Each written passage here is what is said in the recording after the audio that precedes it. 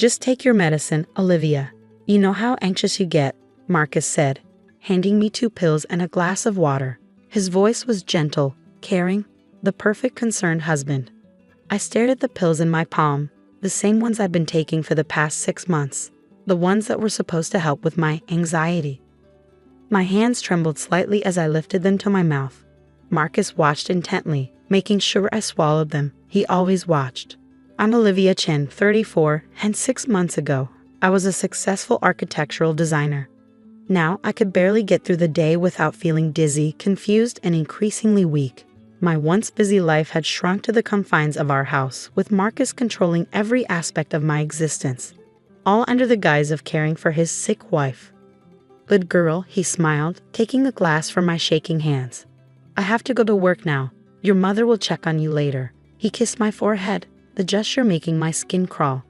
As soon as the front door closed, I rushed to the bathroom, my new morning ritual. The world spun as I gripped the sink, staring at my reflection. Dark circles under my eyes, pale skin, and I'd lost so much weight my clothes hung loose. What was happening to me? It started gradually after our 3rd anniversary. Small things at first, forgetting where I put my keys, missing appointments. Then came the dizziness, the constant fatigue. Marcus was the one who suggested anxiety medication.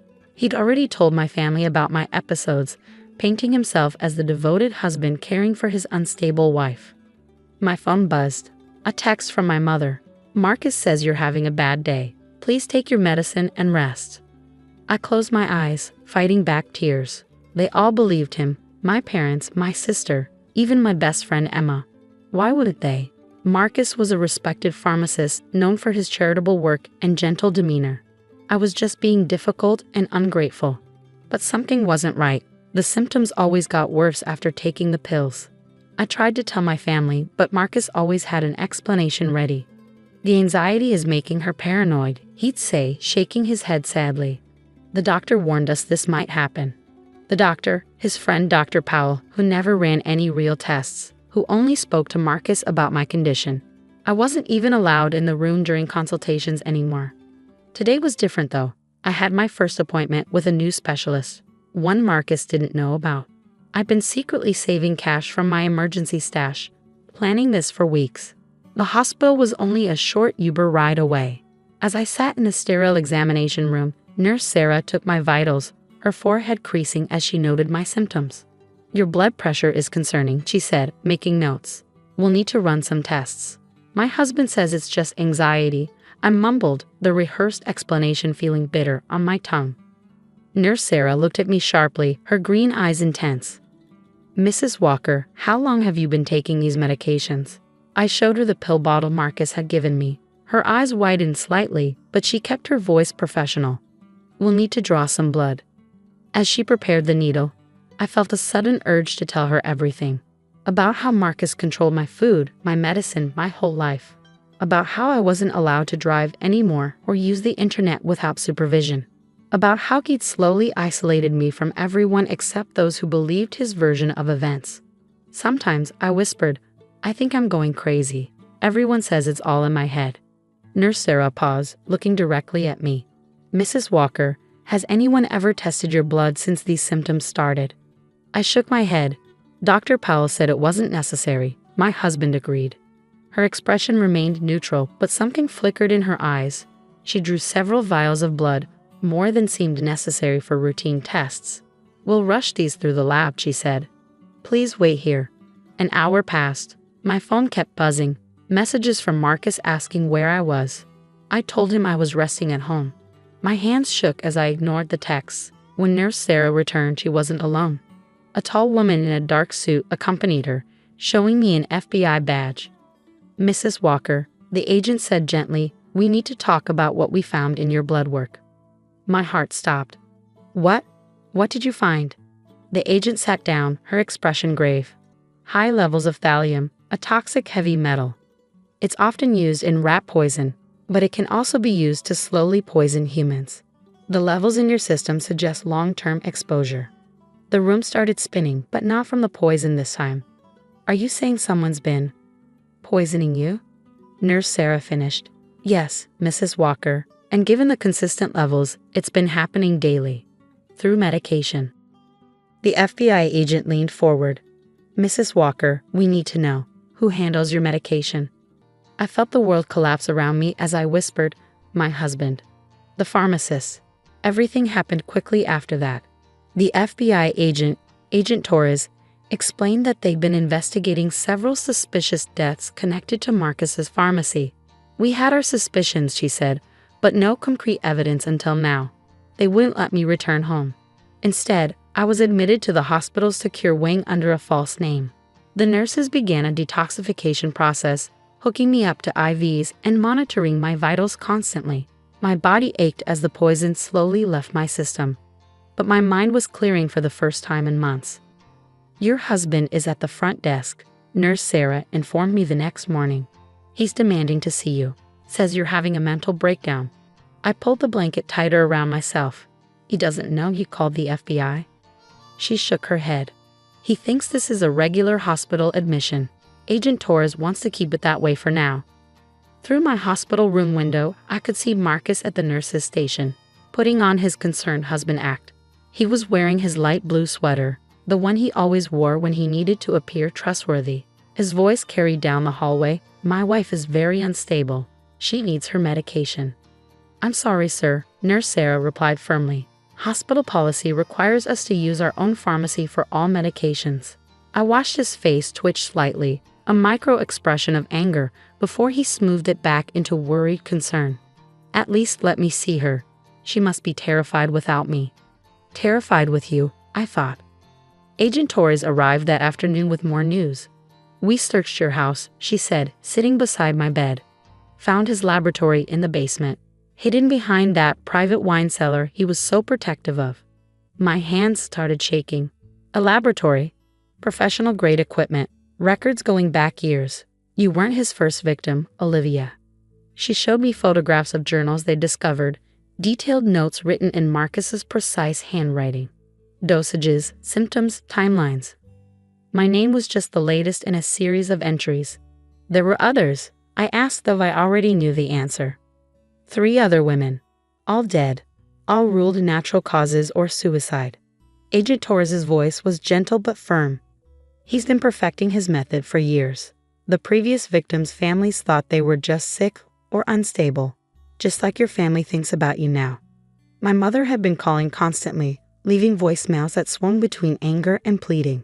Marcus is worried sick. How could you do this to him? He's done nothing but take care of you. Take care of me. The phrase had a whole new meaning now. We need your help, Olivia, Agent Torres said. We can prove the poisoning, but with your testimony, we can show the psychological manipulation too. How he isolated you, convinced everyone you were unstable, controlled every aspect of your life. I thought about all the other women in his journals. How alone they must have felt. How confused and scared, just like I had been. How everyone probably told them they were just being difficult, just like they told me. What do you need me to do? I asked. Agent Torres smiled. First, we need to record everything. Every detail you can remember about when this started, how he administered the poison, who he convinced to help him, even unknowingly. As I recounted everything, patterns emerged that I hadn't seen before. Howgate started suggesting I work from home more often, claiming he was worried about my stress levels. Howgate gradually convinced my friends I was becoming agoraphobic. Howgate switched my regular doctor to his friend Dr. Powell. Classic isolation tactics, Agent Torres noted. Combined with the physical symptoms from the poison, it was the perfect trap. Nurse Sarah came in with my evening medication. Actual anti-anxiety medication this time, prescribed by a real doctor to help me cope with the trauma. Your husband's back, she reported. This time with your parents. I moved to the window, watching the scene unfold. My mother was crying, my father demanding answers. Marcus stood slightly apart, playing the devastated husband perfectly. He's good, Agent Torres observed. But not good enough, not anymore. She was right. Now that I could see clearly, his act seemed obvious. The way he kept touching his wedding ring when he lied. A tell I'd noticed years ago but forgotten about. The slight clench in his jaw when things didn't go his way. Tomorrow, Agent Torres said, we're going to let him see you. Under supervision, of course. We'll be recording everything. Based on his pattern, He'll try to give you something. A drink, a pill, anything to get the poison into your system. I felt my heart rate spike. You want me to confront him? Only if you're ready. But this might be our best chance to catch him in the act, to get him to reveal something about the other victims. I looked out at Marcus again, at the man I'd trusted with my life, the man who'd been systematically destroying that life for months. I thought about the other women in his journals, women who never got the chance I was getting now. I'm ready, I said, my voice stronger than I expected. Let's end this. The next morning, I sat in my hospital bed, heart pounding as I waited for Marcus. Agent Torres had fitted me with a nearly invisible recording device, and several agents were positioned as hospital staff nearby. Remember, Agent Torres said, let him take the lead. He'll likely try to maintain his caring husband facade at first. When Marcus walked in, he was carrying a small paper bag and wearing his most concerned expression. Sweetheart, he said softly, rushing to my bedside. I've been so worried. I forced myself to stay still as he kissed my forehead, fighting the urge to recoil. I'm sorry, I whispered, playing my part. I just felt so confused. That's why you need your medication, darling. He reached into the bag, pulling out a bottle of water. The doctors here don't understand your condition like I do.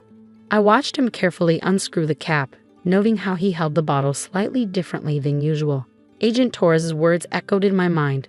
They found traces of thallium in the threading of bottle caps in his lab. You must be thirsty, he said, holding out the bottle.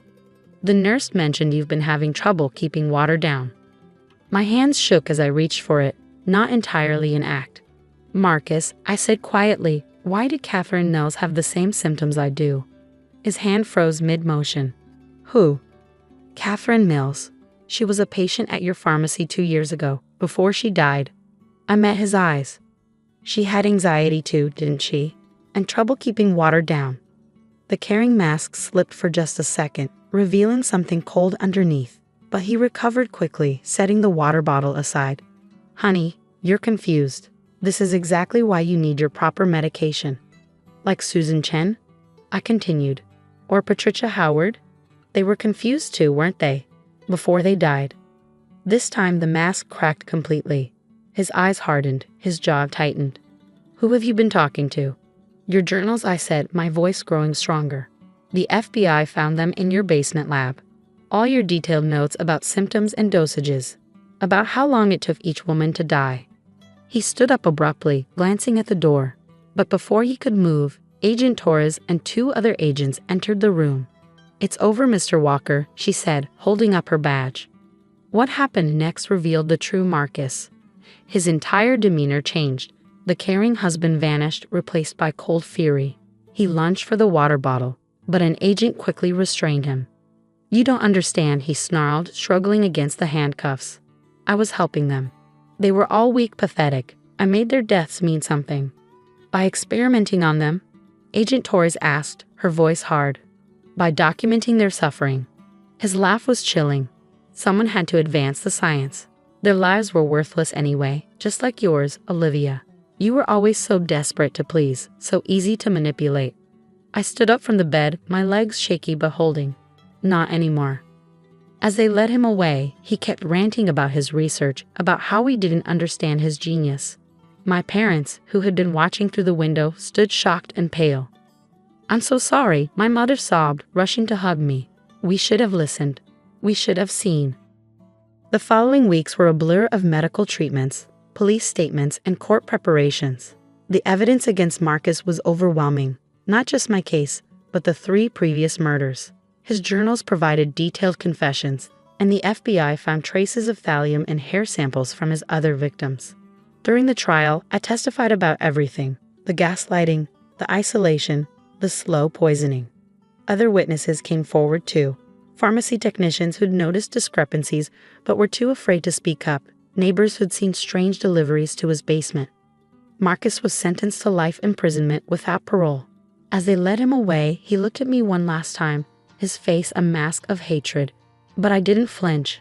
I wasn't his victim anymore.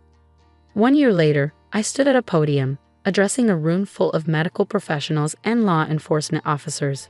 Trust your instincts, I told them. If something feels wrong, it probably is. And please, Listen to your patients when they say something isn't right. Nurse Sarah, who had become a close friend, sat in the front row, smiling proudly. Thanks to her quick thinking and willingness to listen, we had not only stopped a serial killer, but also established a new protocol for identifying poisoning cases. As I left the conference hall, I passed a mirror and paused. The woman reflected back at me stood tall and strong, nothing like the pale, frightened person I'd been a year ago. My phone buzzed. A text from my mother about dinner plans. Our relationship was healing slowly, built on a new foundation of trust and careful listening. I stepped out into the sunlight, breathing deeply. Sometimes the most dangerous poisons aren't the ones that kill you quickly. They're the ones that make you doubt yourself, that isolate you from help, that make you think you're crazy for suspecting the truth. But I survived, and now I was helping others do the same. The truth, like poison, always reveals itself eventually. You just have to stay alive long enough to expose it.